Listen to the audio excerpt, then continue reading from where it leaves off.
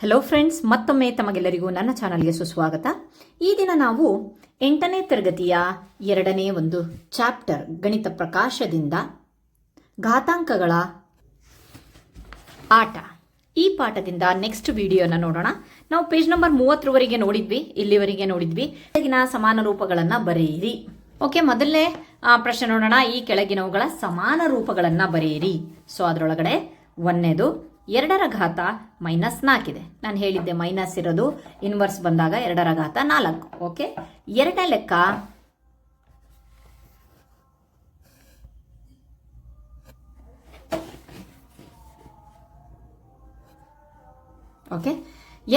ಏನಾಗುತ್ತೆ? -7 ದರ ಘಾತ -2. ನಮಗೆ -7 ಏನೂ ಇದಿಲ್ಲ. ಸೊ -2 ಅನ್ನೋದು ಹೋಗಬೇಕು ಅಂತ ಅಂದರೆ 1/-7ರ ಘಾತ -7ರ ಘಾತ 2. ಈ -7 ಈ ಸಂಖ್ಯೆಗೆ ಸೇರಿದ್ದದು, -7 ಘಾತಗಳಿಗೆ ಸೇರಿದ್ದಲ್ಲ. ಓಕೆ, ನೆಕ್ಸ್ಟ್ ಮೂರನೇದು 10ರ ಘಾತ -5, 1/10ರ ಘಾತ 5. ಓಕೆ, ನಾಲ್ಕನೇದು -5 ಇದರ ಘಾತ -3. ಇಲ್ಲಿ ಹೇಳೋ ಹಾಗೆ 1/-5ರ ಘಾತ ಮೈನಸ್ ಇದ್ದಿದ್ದು ಪ್ಲಸ್ ಆಯಿತು, 3 ಆಯಿತು. ಓಕೆ, ನೆಕ್ಸ್ಟ್ ಐದನೇದು 10ರ ಘಾತ -100. ಸೊ 1/10ರ ಘಾತ 100. ಓಕೆ, ಇದು ಮೊದಲನೇದು. ನೆಕ್ಸ್ಟ್ ಕೇಳೋಣ. ಈ ಕೆಳಗಿನವುಗಳನ್ನು ಸಂಕ್ಷೇಪಿಸಿ ಮತ್ತು ಉತ್ತರಗಳನ್ನು ಘಾತಾಂಕ ರೂಪದಲ್ಲಿ ವ್ಯಕ್ತಪಡಿಸಿ. ಇಲ್ಲಿ ಉತ್ತರಗಳನ್ನು ಘಾತಾಂಕ ರೂಪದಲ್ಲಿ ಬರಿಬೇಕಂತೆ. ಓಕೆ, ಎರಡನೇ ಮೇನ್. ಒಂದನೇ ಲೆಕ್ಕ 2ರ ಘಾತ -4 ಇಂಟು 2ರ ಘಾತ 7. ಇಲ್ಲಿ ಸೂತ್ರಗಳನ್ನು ಹಾಕಬೇಕು ಅಷ್ಟೇ. ಯಾವುದಿದು? ಬೇಸ್ ಸೇಮ್ ಇದೆ, ಆಧಾರ ಸೇಮ್ ಇದೆ. 2ರ ಘಾತ a + b ಅಲ್ವಾ, -4 ಅಂದರೆ ಇದ್ರದ್ದು +7. ಸೊ ಏನು ಮಾಡಬೇಕು? ಮೈನಸ್ ಮತ್ತು ಪ್ಲಸ್ ಚಿಹ್ನೆ ಬೇರೆ ಇದ್ದಾಗ ನಾವು ಕಳಿಬೇಕು ಅಲ್ವಾ. 7ರಲ್ಲಿ 4 ಕಳೆದ್ರೆ 3. ಇಲ್ಲಿ ಯಾವ ಸಂಖ್ಯೆಯ ಒಂದು ಯಾವ್ದು ಇದರೊಳಗಡೆ ದೊಡ್ಡ ಸಂಖ್ಯೆ ಇರುತ್ತೋ ಅದರ ಒಂದು ಚಿಹ್ನೆ ಯಾವುದಿರ್ತೀಯೋ ಆ ಚಿಹ್ನೆನೇ ಹಾಕ್ತೀವಿ. ಸೊ +3 ಹಾಕೋ ಅವಶ್ಯಕತೆ ಇಲ್ಲ, 2ರ ಘಾತ 3. ಓಕೆ, ನೆಕ್ಸ್ಟ್ ಎರಡನೇ ಲೆಕ್ಕ 3ರ ಘಾತ 2 ಇಂಟು 3ರ ಘಾತ -5 ಇಂಟು 3ರ ಘಾತ 6. ಇದು ಸಹ ಮೊದಲನೇದೇ ಒಂದು ರೂಲ್ಸಿಗೆ ಇರೋದು. ಎದರ ಘಾತ m, ಎದರ ಘಾತ n, ಎದರ ಘಾತ ಇನ್ನೊಂದು ನೆಕ್ಸ್ಟ್ x. ಓಕೆ, 3ರ ಘಾತ 2 ಪ್ಲಸ್ ಒಳಗಡೆ ಇಲ್ಲಿ -5 ಹಾಕ್ಕೊಳ್ತೀನಿ +6 ಎಲ್ಲವನ್ನು ಮೇಲೆ ಕೂಡಿಸ್ಬೇಕು. ಓಕೆ, 3ರ ಘಾತ 2 ಪ್ಲಸ್ ಇಂಟು ಮೈನಸ್ ಆಗುತ್ತೆ 5 + 6. ಸೊ 3ರ ಘಾತ ಏನು ಮಾಡಬೇಕಿಲ್ಲಿ ನೋಡ್ಕೊಳ್ಳಿ, 2 ಮತ್ತು 6 ಕೂಡಿಸ್ಕೊಂಡ್ವಿ, 8 - 5 ಹಾಗೆ ಇಟ್ಕೊಂಡ್ವಿ. 3ರ ಘಾತ 8ರಲ್ಲಿ 5 ಕಳೆದ್ರೆ 3. ಉತ್ತರ 3ರ ಘಾತ 3. ಮತ್ತೆ ಹುಡುಕೋ ಅವಶ್ಯಕತೆ ಇಲ್ಲಂತೆ ಬೆಲೆ. ಯಾಕೆ ಅಂತ ಅಂದರೆ ಅವರು ಉತ್ತರಗಳನ್ನು ಘಾತಾಂಕ ರೂಪದಲ್ಲಿ ಬರೆಯಿರಿ ಅಂತ ಕೊಟ್ಟಿದ್ದಾರೆ. ಓಕೆ, ನೆಕ್ಸ್ಟ್ ಮೂರನೇ ಲೆಕ್ಕ ಮಾಡ್ತೀನಿ. p ದರ ಘಾತ 3 ಇಂಟು p ದರ ಘಾತ -10. ಇದು ಸಹ ಅದೇ ಸೂತ್ರ, p ದರ ಘಾತ 3 ಪ್ಲಸ್ -10. ಓಕೆ, ಇಲ್ಲಿ 3ನ್ನ ಹಾಗೆ ಬರೆದುಬಿಟ್ಟು ಪ್ಲಸ್ ಇಂಟು ಮೈನಸ್ ಆಗುತ್ತೆ 10. ಇಲ್ಲಿ ಏನು ಮಾಡಬೇಕು? ಕಳಿಬೇಕು. 10ರಲ್ಲಿ 3 ಕಳೆದ್ರೆ 7, ದೊಡ್ಡ ಸಂಖ್ಯೆ ಇದು, ಇದರ ಚಿಹ್ನೆ -7. ಇದನ್ನು ಮತ್ತೆ ನಾವು ಹಾಗೆ ಇಡೋಗಿಲ್ಲ, ಮತ್ತೆ ಇನ್ವರ್ಸ್ ಮಾಡಬೇಕು. p ದರ ಘಾತ 7. ಓಕೆ ಓಕೆ, ನೆಕ್ಸ್ಟ್ ಲೆಕ್ಕ 2ರ ಘಾತ 4ನೇ ಲೆಕ್ಕ. ಸೊ ಭಾಳ ಜನ ನನಗೆ ಕಮೆಂಟ್ ಮಾಡ್ತಿದ್ದಾರೆ, ಸ್ವಲ್ಪ ನೋಟ್ಸ್ ಈ ರೀತಿಯಾಗಿ ಇಡಿಬಿಡಿ, ಈ ರೀತಿಯಾಗಿ ಅಂತ ಹೇಳಿಬಿಟ್ಟು. ಸೊ ಈ ರೀತಿಯಾಗಿ ಬರಿತಾ ಅದು ಅಭ್ಯಾಸ ಹೋಗ್ಬಿಡುತ್ತೆ. ಸಾರಿ, 2ರ ಘಾತ 4 ಇಂಟು -4ರ ಘಾತ -2. ಸೊ ನೋಡಿ, ಕರೆಕ್ಟಾಗಿ ನೋಡಿ ಇದು ಯಾವ ರೀತಿಯಾಗಿ ಆಗ್ತಾ ಇದೆ ಅಂತ. 2ರ ಘಾತ 4 ಇಂಟು ಇದನ್ನು ನಾವು ಇನ್ವರ್ಸ್ ತೊಗೊಬೇಕಲ್ವಾ, 1/-4ರ ಘಾತ 2. ಓಕೆ, ಇಷ್ಟು ಮುಗೀತು. ಸೊ ಈಗ ಮತ್ತೆ ಘಾತಾಂಕಗಳು ತರಬೇಕು ಅಂತ ಅಂದರೆ ಹೊರಗಡೆ ತೆಗಿಲೇಬೇಕಲ್ವಾ. 2 ಇಂಟು 2 ಇಂಟು 2 ಇಂಟು 2 ಇದ್ರದ್ದು, ಇದು ಕೆಳಗಡೆ ಇರೋದ್ರಿಂದ -4 ಇಂಟು -4 2 ಸಲ ಬರದೆ. ಸೊ ಇಲ್ಲಿ ಗುಣಾಕಾರ ಮಾಡ್ಬೋದು. 2 1 2 2 ಮತ್ತೆ 2 1 ಮತ್ತೆ 2 2. ಓಕೆ, ಇದನ್ನೇ ಹೊಡೆಯೋಣ. ಸೊ ಯಾಕಂದರೆ ಇಲ್ಲಿ ಮೈನಸ್ ಚಿಹ್ನೆ ಇರೋದ್ರಿಂದ. ಇಲ್ಲಿ ಏನು ಉಳಿದಿದೆ? 2 ಇಂಟು 2 4. Okay, fine. ಇಲ್ಲಿ ಮತ್ತೆ 2 2 ಇದೆ, 2 2 4. ಚಿಹ್ನೆ ನೋಡಿ, ಮೈನಸ್ ಇಂಟು ಮೈನಸ್ ಪ್ಲಸ್ ಆಗುತ್ತೆ, ಹೌದಲ್ವಾ? ಮೈನಸ್ ಇಂಟು ಮೈನಸ್ ಪ್ಲಸ್ ಆಗುತ್ತೆ. ಹಾಗಾಗ್ಬಿಟ್ಟು ಅಥವಾ ಈ ಮೈನಸ್ ಮೈನಸ್ ಹೋಗುತ್ತೆ ಅಂದ್ಕೊಳ್ಳಿ. 4 ಮತ್ತೆ 4 ಒಂದ್ಲೆ ಉತ್ತರ ಸಿಂಪಲ್ ಆಗಿ ಬಂತು 1 ಅಂತ ಅಂದರೆ ಇದನ್ನು ಘಾತ ರೂಪದಲ್ಲಿ ಬರಿಬೇಕು ಅಂತ ಹೇಳಿದೆ. ಏನಂತ ಹೇಳಿಬಿಟ್ಟು ಸದ್ಯಕ್ಕೆ ಇಲ್ಲಿ ಏನಿದೆ 4 ಇದೆಯಲ್ವಾ, 4ರ ಘಾತ 0 ಅಂತಾದರೂ ಬರಿಬೋದು, ಅಥವಾ 2ರ ಘಾತ 0 ಅಂತ ಆದರೂ ಬರಿಬೋದು. ಓಕೆ, ಅಲ್ಲಿ ಆವಾಗಲೇ ನಾನು ಹೇಳಿದ್ದೆ ಏನಂತ ಹೇಳಿಬಿಟ್ಟು 1 ಅಂತ ಅಂದರೆ x⁴0 ಅಂತ ಹೇಳಿ. ಓಕೆ, ಆ ರೀತಿಯಾಗಿ ಘಾತಾಂಕದಲ್ಲಿ ಎಕ್ಸ್ಪ್ರೆಸ್ ಮಾಡ್ರಿ ಅಂದರೆ ಈ ರೀತಿಯಾಗಿ ಬರಿಬೇಕಾಗತ್ತೆ.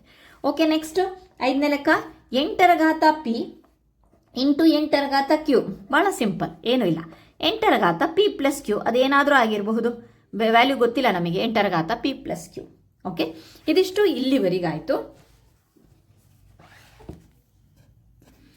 ಓಕೆ, ಹಾಗೆ ಮುಂದುವರ್ಸೋಣ. ಇಲ್ಲಿ ಘಾತ ಅಥವಾ ಘಾತಾಂಕ ರೇಖೆಗಳು. ಓಕೆ, ರೇಖೆ ಮೂಲಕ ಯಾವ ರೀತಿ ಅಂತ 4ರ ಘಾತಾಂಕಗಳ ಒಂದು ರೇಖೆಯ ಉದ್ದಕ್ಕೂ ಜೋಡಿಸಿದ್ದಾರೆ.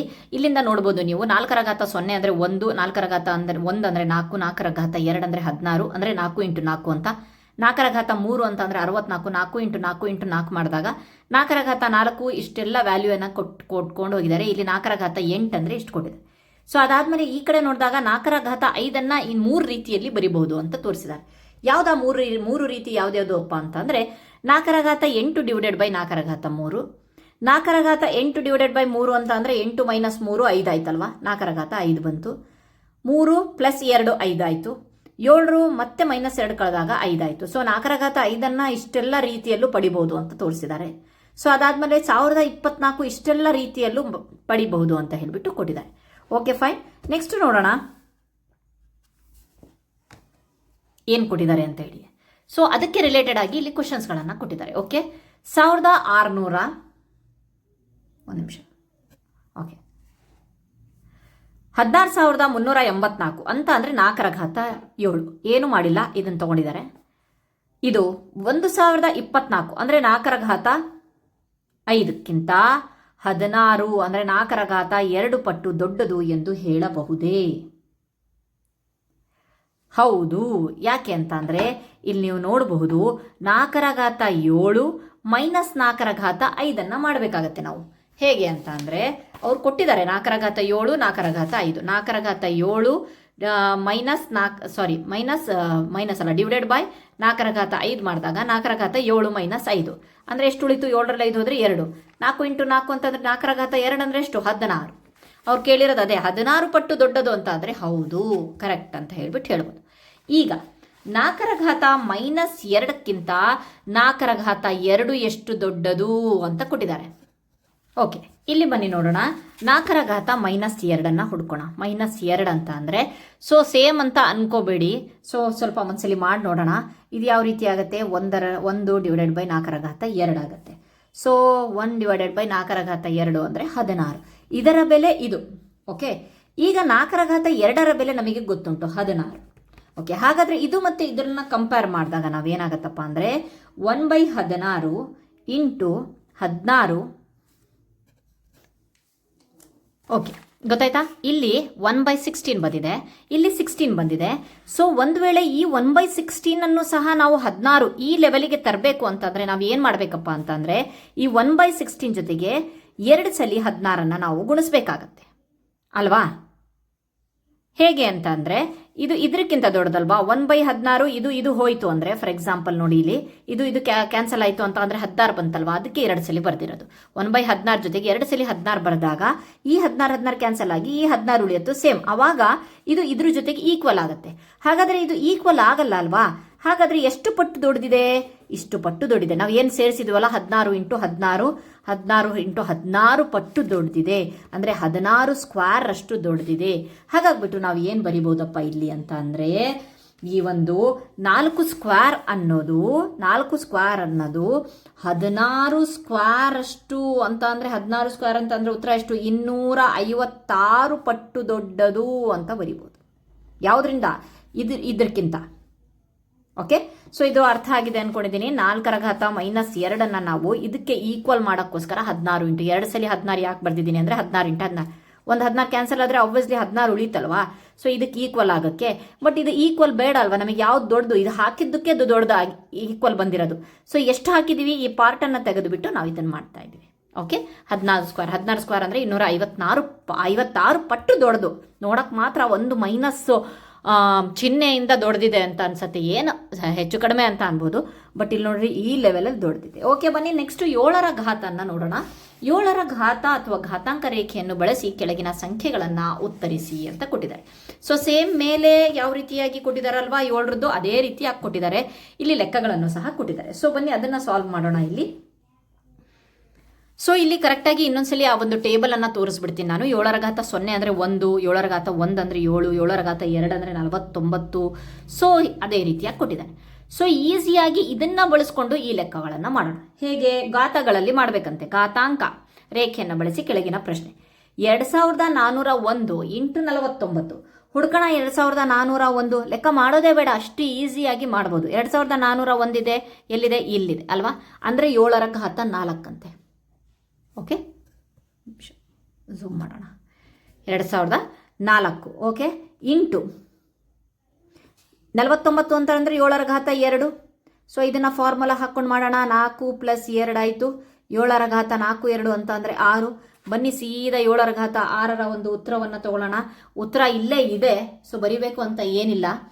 ಪ್ರಶ್ನೆಗಳನ್ನು ಉತ್ತರಿಸಿ ಅಂತ ಕೊಟ್ಟಿದ್ದಾರೆ, ನಾವು ಇಲ್ಲೇ ಉತ್ತರ ಇದೆ, ಅದನ್ನು ಬರಿಬೇಕು ಅಂತ ಏನಿಲ್ಲ. 6 1,17,649 ಆಗುತ್ತೆ. ಸಾರಿ, ಕಾಣಿಸ್ತಾನೆ ಇಲ್ಲ. Okay, fine.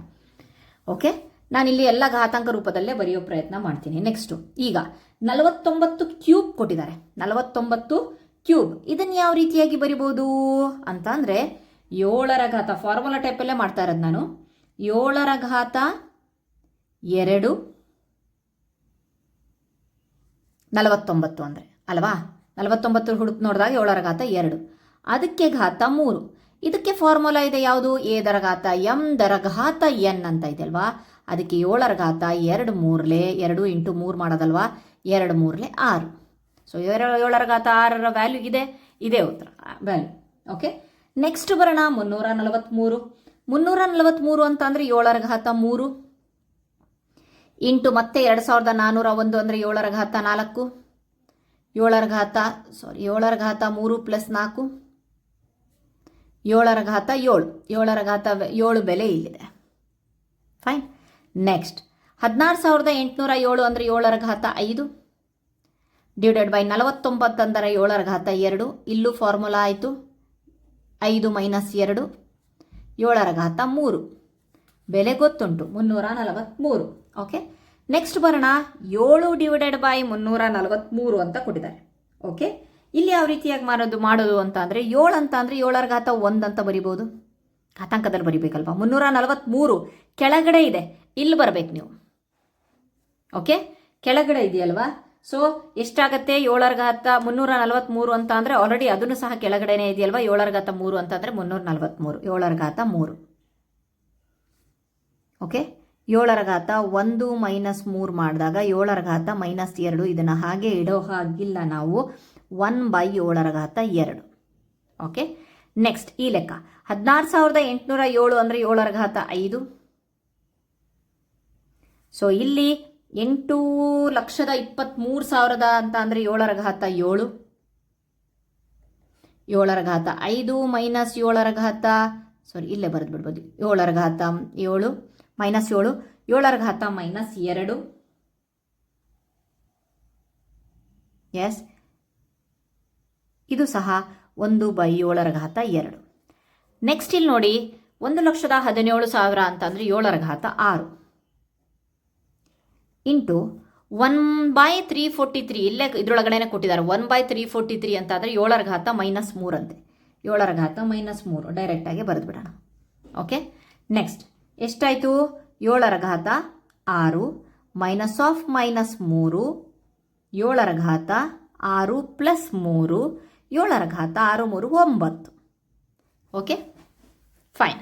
ನೆಕ್ಸ್ಟ್ 1/343 ಅಂತ ಅಂದರೆ ಇಲ್ಲಿ ಸಿಕ್ಕಿತ್ತು ನಮಗೆ 7ರ ಘಾತ -3 ಇಂಟು ಇದನ್ನು ಅಷ್ಟೇ 7ರ ಘಾತ -3. ಮತ್ತೆ ಇದನ್ನು ಕೆಳಗಡೆ ಹಾಕ್ಕೊಂಡು ಮಾಡೋಕ್ಕಿಂತ ಡೈರೆಕ್ಟಾಗಿ ಇಲ್ಲಿ ಕೊಟ್ಟಿದ್ದಾರೆ 7ರ ಘಾತ -3 ಅಂತ. ಸೊ 7ರ ಘಾತ -3 a - b ಅಲ್ವಾ? -3 ಫಾರ್ಮುಲಾ. 7ರ ಘಾತ -3 ಹಾಗೆ ಇಟ್ಕೊಂಡು ಮೈನಸ್ ಪ್ಲಸ್ ಆಯಿತು 3. ಸೊ -3, ಸಾರಿ ಇಲ್ಲೊಂದು ಸ್ವಲ್ಪ ಮಿಸ್ಟೇಕ್ ಮಾಡಿದೆ ನಾನು, ಡಿವಿಷನಿನ ಒಂದು ಇದನ್ನು ಮಾಡಿದ್ದೀನಿ. ಸೊ ಮತ್ತೆ ಇದು ಮಾಡ್ತೀನಿ, 6 ಪ್ಲಸ್ ಅಲ್ವಾ ಇದು, 6 ಪ್ಲಸ್ -3, A ಪ್ಲಸ್ ಬಿ ಅಲ್ವಾ, A ಪ್ಲಸ್ ಬಿ. ಇಲ್ಲಿ ಡಿವಿಷನ್ ಮಾಡ್ತಾ ಮಾಡ್ತಾ ಮಾಡ್ತಾ ಮೈನಸ್ ಮಾಡಿಬಿಟ್ಟೆ ನಾನು, A ಪ್ಲಸ್ ಬಿ. ಸೊ ಹಾಗಾದರೆ ಇಲ್ಲಿ ಪ್ಲಸ್ಸು ಮೈನಸ್ ಆಯಿತು. 6 - 3 ಕಳೆದ್ರೆ 3, 7ರ ಘಾತ 3 ಆಯಿತು. ಪ್ಲೀಸ್ ಕ್ಷಮಿಸಿ. ಸೊ ಇಲ್ಲೂ ಅಷ್ಟೇ, ನಾನು ಇಲ್ಲೂ ಮೈನಸ್ ಮಾಡಿಬಿಟ್ಟೆ, ಇಲ್ಲಿ ಬಂತು. ಸೊ ಇಲ್ಲಿ ಬಂದಾಗ ಮತ್ತೆ plus of minus is minus, 7ರ ಘಾತ -6.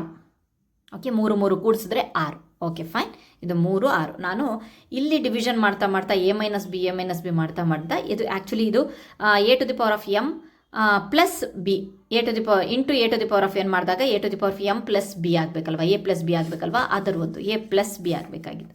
Okay fine. ಸೊ ನೆಕ್ಸ್ಟ್ ಒಂದು ವಿಡಿಯೋದಲ್ಲಿ ನಾವು 10ರ ಘಾತಗಳನ್ನು ನೋಡೋಣಂತೆ. Thank you.